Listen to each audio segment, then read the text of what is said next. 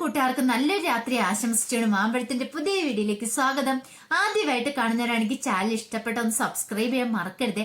അതോടൊപ്പം തന്നെ കണ്ടുകൊണ്ടിരിക്കുന്ന എല്ലാവരുടെ സപ്പോർട്ടിലേക്കും തുടർന്നും പ്രതീക്ഷയുണ്ട്.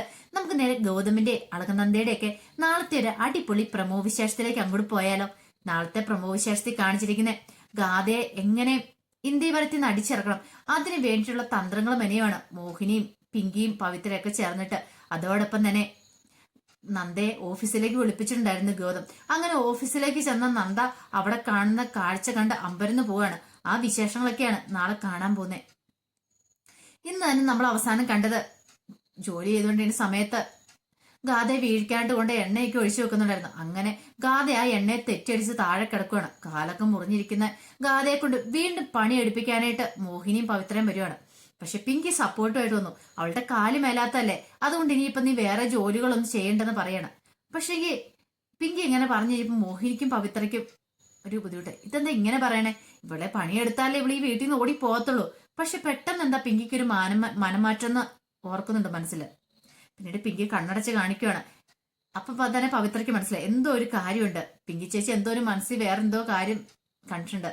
പിന്നീട് ഒരു കാര്യം ചെയ്യ, നീയേ അമ്മാവനുള്ള ചായ ഉണ്ടായിക്കൊണ്ട് കൊടുക്കുക. അമ്മാവൻ ഈ സമയത്ത് ഒരു ചായ കുടിക്കുന്ന പതിവുണ്ടെന്ന് പറയാണ്. അങ്ങനെ ഇതൊന്നും അറിയത്തില്ലാതെ പാപം ഗാഥ എന്ത് ചെയ്യണം, നേരെ അടുക്കളയിലേക്ക് പോവാണ്. വയ്യാത്ത കാലും വെച്ച് വലിച്ചൊലിച്ചാ പോന്നെ. ഈ സമയത്ത് മോഹിനിയോട് പിങ്കി പറഞ്ഞു, എന്റെ ഐഡിയ എങ്ങനെയുണ്ട്, കൊള്ളാം.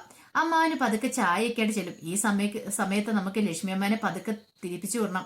എല്ലാം ഗാഥയുടെ അടവാന്ന് പറഞ്ഞോട് അമ്മാവനെ കയ്യിലെടുക്കാനായിട്ട് ഗാഥ കാണിച്ചു കൂട്ടുന്ന പരിപാടികൾ അതൊക്കെ അറിഞ്ഞിട്ടുണ്ടെങ്കിൽ ഒരു കാരണവശാലും ക്ഷമിച്ചു കൊടുക്കില്ല. ലക്ഷ്മിയമ്മ തന്നെ ഇവിടുന്ന് ഗാഥയെ ആട്ടി ഇറക്കുള്ളൂ എന്ന് പറയാണ്.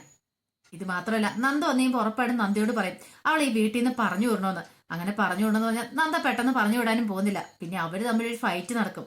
അങ്ങനെ നടന്നിട്ടുണ്ടെങ്കിൽ ഗൗതം ആരുടെ കൂടെ നിൽക്കുമെന്നറിയാം. അമ്മയുടെ കൂടെ നിൽക്കുക, ഭാര്യയുടെ കൂടെ നിൽക്കുവോ? അവസാനം അമ്മയുടെ കൂടെ തന്നെ നിൽക്കേണ്ടി വരും. ഗാഥ ഇവിടുന്ന് അടിച്ചിറക്കേണ്ടി വരുമെന്ന് പറയണം. കൊള്ളാം, പിങ്കിമ്മയുടെ മനസ്സിലിരിപ്പ് കൊള്ളാം, നല്ല ബുദ്ധി തന്നെയാന്ന് പറയുന്നുണ്ട്. പവിത്ര അല്ലേലും അതെ, പിങ്കി ചേച്ചിക്ക് നല്ല ബുദ്ധിയുണ്ട്, നമ്മൾ ഈ കാണുന്ന പോലെ ഒന്നും അല്ലെന്ന് പറയാണ്. മോഹിനി പറഞ്ഞു, ഇനിയിപ്പൊ നീ അത് പറഞ്ഞു, നിനക്ക് അതിന്റെ നാലിലൊന്നും ബുദ്ധി പോലും ഇല്ലോ എന്ന് പറയുന്നുണ്ട്. അങ്ങനെ പവിത്രനെ കുറ്റപ്പെടുത്തിയിട്ട് നേരെ മോഹിനി അകത്തേക്ക് പോവാണ്. ഈ സമയത്ത് ഗാഥ എന്ത് ചെയ്യുവാണ്, ഒരു ഗ്ലാസ് ചായയൊക്കെ വെച്ച് നേരെ അച്ഛൻ്റെ മുറിയിലേക്ക് ചെല്ലുവാണ്. അങ്ങനെ ചെന്ന് കഴിയുമ്പോഴത്തേനും എത്രയാന്ന് പറഞ്ഞാൽ സ്വന്തം ചോരയല്ലേ, അപ്പൊ ആ ഒരു വാത്സല്യം എന്താണെങ്കിലും ഗാഥയോട് ഇല്ലാതിരിക്കില്ല.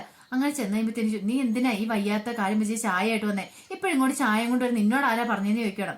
അല്ല, ഈ സമയത്ത് അച്ഛൻ ചായ കുടിക്കുമെന്ന് മോഹിനി ചെറിയമ്മ പറഞ്ഞു. അതാന്ന് പറയണം. അല്ല, നിനക്ക് മോള് കാലിന് ഒത്തിരി പരിക്ക് പറ്റിയായിരുന്നോ, എന്തേലും സംഭവിച്ചോ, എന്ത് ചെയ്തേനും, നിന്നോട് ഞാൻ പറഞ്ഞിട്ടില്ല ഇവിടെ നോക്കിയും കണ്ടുമൊക്കെ നടക്കണോന്ന്. അതച്ചാ എന്ത് ചെയ്യാനാ, ഞാൻ ആ പണി ചെയ്തോണ്ട് പറയാതെ സംഭവിച്ചു പോയതാ. പിന്നെ അവരെന്തോ തറയിൽ ഒഴിച്ചിട്ടുണ്ടായിരുന്നു തോന്നേ. നിനക്കറിയാലോ ഇവിടെ നീ നിൽക്കുന്ന ആർക്കും ഇഷ്ടമില്ല, ആകെപ്പാട് ഇഷ്ടമുള്ള നന്ദയ്ക്ക് മാത്രമേ ഉള്ളൂ. അതുകൊണ്ടാണ് ഞാൻ നിന്നോട് പറഞ്ഞത്, നീ ഇവിടുന്ന് പൊക്കോ, നിനക്കൊരു ഹോസ്റ്റൽ അറേഞ്ച് ചെയ്ത് തരാം, നീ അവിടെ എവിടെയെങ്കിലും പോയി നിൽക്ക്, നിന്റെ കാര്യങ്ങളെല്ലാം ഞാൻ നോക്കുന്നില്ലേ, നിനക്കൊന്നിനും ഒരു കുറവും വരുത്തുന്നില്ലെന്ന് പറയുന്നുണ്ട്. അത് കേട്ട് കഴിഞ്ഞപ്പോ ഗാഥ പറഞ്ഞു, അച്ഛൻ അതൊന്നും ഓർത്ത് വിഷമിക്കണ്ട, ഞാൻ ഇങ്ങോട്ട് വരാൻ നേരത്ത് എനിക്കിതൊക്കെ അറിയായിരുന്നു. ഇവിടെ വന്നിട്ടുണ്ടെങ്കിൽ എന്താ സംഭവിക്കുന്നു, എല്ലാരും എന്നെ സ്വീകരിക്കുമെന്ന് എനിക്ക് ഉറപ്പില്ലായിരുന്നു. ആരും എന്നെ സ്വീകരിക്കില്ലെങ്കിലും നന്ദേച്ചി എന്റെ ഒപ്പം ഉണ്ടാകുന്ന എനിക്ക് ഉറപ്പുണ്ടായിരുന്നു. ഇപ്പൊ ഇനി നന്ദേച്ചി എനിക്ക് ഒപ്പമുണ്ട്, അതുകൊണ്ട് എനിക്ക് ഒന്നും പേടിയില്ല അച്ഛാ എന്ന് പറയണം. മഹേഷിന് മനസ്സിലായി ഇവിടെ പെട്ടെന്നൊന്നും അങ്ങനെ പോകത്തില്ല. കാര്യം എന്ന് പറഞ്ഞാൽ തന്റെ മോളൊക്കെ തന്നെയാണ്. പക്ഷെ അവൾ ഇവിടെ നിൽക്കുന്ന ഓരോ നിമിഷവും തനിക്ക് ആപത്താണത്. തന്റെ മോളാണ് അവളെന്നത് സത്യം നന്ദ ആരോടെങ്കിലും വിളിച്ചു പറഞ്ഞിട്ടുണ്ടെങ്കിൽ അതോടുകൂടി ഇവളും താനും ഈ വീട്ടിൽ നിന്ന് പുറത്താവും. അതുകൊണ്ട് മഹേശ്വരൻ പരമാവധി താണുകയാണ് അപേക്ഷിക്കുന്നുണ്ട്. മോളെ, നീ ഇവിടുന്ന് പൊക്കോ, ഞാൻ ബാവച്ചനോട് പറഞ്ഞ് എവിടെയാലും നിനക്ക് വേണ്ടിയിട്ട് റൂമൊക്കെ സെറ്റ് ചെയ്ത് തരാന്നൊക്കെ പറയുന്നുണ്ട്. ഇങ്ങനെ സംസാരിച്ചുകൊണ്ടിരിക്കുന്ന സമയത്ത് മോഹിനി അങ്ങോട്ട് വന്നത്. മോഹിനി കണ്ടു ഇവർ രണ്ടുപേരും കൂടെ സംസാരിച്ചുകൊണ്ട് നിൽക്കുന്നത്. പെട്ടെന്ന് മോഹിനി എന്ത് ചെയ്യുവാണ്, നേരെ ലക്ഷ്മിയമ്മയുടെ അടുത്തേക്ക് ചെല്ലുവാണ്. ലക്ഷ്മിയോട്, ഏട്ടത്തി ഇവിടെ എന്ത് ചെയ്യുമെന്ന് വെച്ചു. അത് കണ്ടില്ല, ഞാനിവിടെ അടുക്കള ജോലി ചെയ്തോണ്ടിരിക്കുക. ചെയ്തോണ്ടിരുന്നു. ഏട്ടത്തി എപ്പോ നോക്കിയാലും അടുക്കള തന്നെ കയറിയിരുന്നു. അവളുണ്ടല്ലോ ആ ഗാഥ, അവളെവിടെയാണെന്നറിയാവോ? ദേ മഹേശ്വരന്റെ മുറിയിലുണ്ടെന്ന് പറയണ, നിങ്ങളുടെ ബെഡ്റൂമിൽ അവിടെ എന്താ? അവിടെ ചായയൊക്കെ ആയിട്ട് ചെന്ന് നിൽക്കുന്നുണ്ടെന്ന് പറയണം. ഇത് കേട്ടില്ല ലക്ഷ്മി വെച്ചു. അതാ ഈ ഏട്ടന് ചായ കൊണ്ടേ കൊടുക്കാനായിട്ട് അവളോട് ആരാ പറഞ്ഞേ? അതൊന്നും എനിക്കറിയത്തില്ല, ഏട്ടത്തെ തന്നെ ചെന്ന് ചോദിക്കാൻ പറയാണ്. അങ്ങനെ ലക്ഷ്മി അമ്മ ചെന്ന് കഴിയുമ്പത്തേനും മഹേശ്വരൻ അല്ലെ ഗാദിയോട് സംസാരിച്ചുകൊണ്ടിരിക്കുന്ന കണ്ടത്. ഈ കാഴ്ച കണ്ടപ്പോൾ ലക്ഷ്മിയമ്മയ്ക്ക് സഹിച്ചില്ല. ലക്ഷ്മി അങ്ങോട്ട് പറഞ്ഞു തന്ന് അവളുടെ കയ്യിലും കൂടി പിടിക്കണം. നിന്നോട് ആരുടെ പറഞ്ഞിട്ട് ഈ മുറി കയറാൻ ചോദിക്കണം. അല്ല ഞാന് ചായയോടൊക്കെ അവളും അവളുടെ ഒരു ചായ നാണമില്ല. നിന്നോട് ഞാൻ പറഞ്ഞല്ലേ മുറിയിലേക്ക് കയറുന്നത്, കാലെടുത്ത് വെക്കലെന്ന്. രാവിലെ അവള് തുടയ്ക്കാണെന്നും പറഞ്ഞ് കയറി, ഇപ്പഴവള് ചായയും കൊണ്ട് കയറിയേക്കുന്നു. അല്ല നിന്റെ ഉദ്ദേശം എന്താ? ഓ നീ നിന്റെ അമ്മേ പറഞ്ഞിട്ട് കാര്യമൊന്നുമില്ല. അപ്പൊ നിന്റെ തലവെഴുത്തൊന്നും ഇവിടെ നടക്കില്ല കേട്ടോ. ഒരു കാര്യം ഞാൻ പറഞ്ഞേക്കാം, മര്യാദയാണ് മര്യാദ. വെള്ള നേരത്തെ ഇവിടുന്ന് പോകാൻ നോക്കിയോ. നന്ദ ഇങ്ങോട്ട് വരട്ടെ. ഇന്ന് തന്നെ നിന്നെ ഇവിടെ ഞാൻ കെട്ടിക്കുന്നുണ്ട്. അവിടെ ഉള്ള ചായ മനുഷ്യന്റെ ഉള്ള സമാധാനം കൂടെ പോയെന്ന് പറഞ്ഞോണ്ട് ഇങ്ങോട്ട് വാടിയെന്ന് പറഞ്ഞോണ്ട് ലക്ഷ്മിയമ്മ അവളുടെ കയ്യെ പിടിച്ച് വലിച്ചോണ്ട് അങ്ങോട്ട് പോവാണ് ഗാഥയുടെ. പിന്നീട് കാണിക്കുന്ന നന്ദയുടെ പരാതിയുടെ പേരില് ഗൗതം പോയി ബാലാജിനെ അറസ്റ്റ് ചെയ്യുന്നുണ്ട്. ബാലാജിനെ അറസ്റ്റ് ചെയ്ത് നേരെ ഓഫീസ് സ്റ്റേഷനിലേക്ക് കൊണ്ടുവരികയാണ്. പക്ഷെ ഇതൊന്നും അറിയത്തില്ലാതെ നന്ദ നേരെ ഓഫീസിലേക്ക് വരുന്നുണ്ട്, ഗൗതമിന്റെ അരിയിലേക്ക്. ഗൗതം വിളിച്ച് പറഞ്ഞിട്ടുണ്ടായിരുന്നു, നന്ദ നീ ഓഫീസ് വരുമെന്ന് പറഞ്ഞിട്ടുണ്ടായിരുന്നു കോളേജിൽ നിന്ന്. അങ്ങനെ നന്ദ വന്നു കഴിഞ്ഞപ്പോ കാണുന്ന കാഴ്ച ബാലാജിനെയാണ്. ഒരിക്കലും നന്ദ പ്രതീക്ഷിച്ചില്ല ബാലാജി അങ്ങോട്ട് വരുമെന്നൊക്കെ. അല്ല ബാലാജിനെ ഇത്ര പെട്ടെന്ന് ഗൗതം സാർ അറസ്റ്റ് ചെയ്ത് കൊണ്ടുവരുന്നൊന്നും പ്രതീക്ഷിച്ചില്ല. പിന്നീട് ഗൗതം ചോദിച്ചു, അല്ല ഇയാളല്ലേ നിന്നെ തട്ടിക്കൊണ്ട് പോയെന്നല്ലേ നീ പറഞ്ഞേന്ന് ചോദിക്കണം. അപ്പൊ നന്ദ പറഞ്ഞു, അതെ. അല്ല അതെങ്ങനെ നിനക്ക് മനസ്സിലായെന്നൊക്കെ നന്ദയോട് ചോദിക്കുന്നുണ്ട്. അല്ല ഇയാളെ ഞാൻ അവിടെ കണ്ടില്ലായിരുന്നു, പക്ഷെ ഇയാളുടെ ഗുണ്ടകളാന്ന് തോന്നേ. ഇയാളെ മാത്രം എനിക്ക് ശത്രുക്കളുള്ളൂ, എനിക്ക് വേറെ ആരും ശത്രുക്കളില്ല എന്നൊക്കെ പറയുന്നുണ്ട്. പക്ഷേങ്കില് ഇതൊന്നും വിശ്വസിക്കാനായിട്ട് ഗൗതമിന് ഇത്ര വിഷമമുണ്ടായിരുന്നു. പിന്നെ ബാലാജിനെ അവിടെ ഇട്ട് പൊളിച്ചെടുക്കുന്നുണ്ട് ഗൗതം. കാരണം സത്യം പറയിക്കണല്ലോ, എന്തിനു വേണ്ടിയാണ് തട്ടിക്കൊണ്ട് പോയെന്നൊക്കെ. അവസാനം ബാലാജി പറയുന്നുണ്ട്, ഞാൻ ആരും തട്ടിക്കൊണ്ട് പോയിട്ടില്ല, എനിക്ക് അവളോട് വിരോധം ഉണ്ടായിരുന്നു, പക്ഷെ അത് ഗാഥയെ കിട്ടാൻ വേണ്ടിട്ടായിരുന്നു എന്ന് പറഞ്ഞ് ഞാൻ അവളെ തട്ടിക്കൊണ്ട് പോയിട്ടില്ല.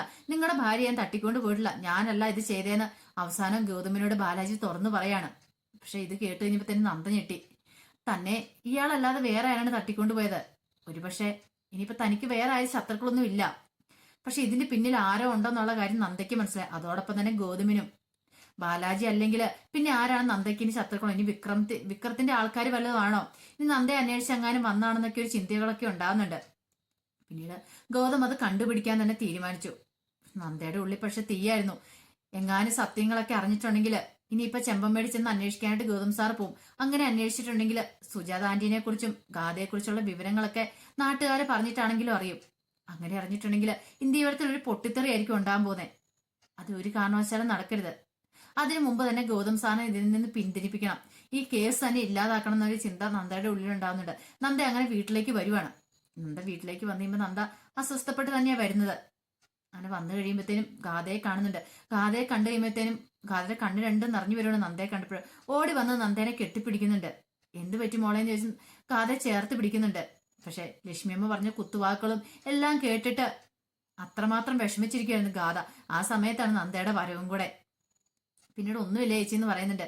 എനിക്ക് മനസ്സിലായി മോൾ ഇവിടെ തന്നെ ഇരുന്ന് ബോറടിച്ച് കാണും, അതുകൊണ്ടായിരിക്കും അല്ലേ.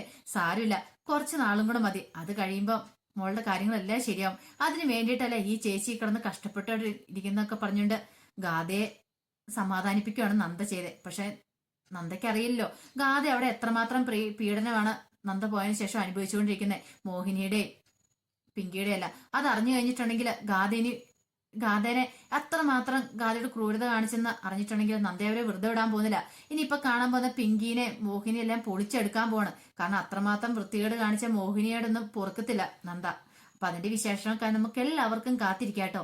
ഒരിക്കൽ കൂടി എല്ലാവർക്കും നല്ലൊരു രാത്രി ആശംസിച്ചുകൊണ്ട് നിർത്തുന്നു. നന്ദി.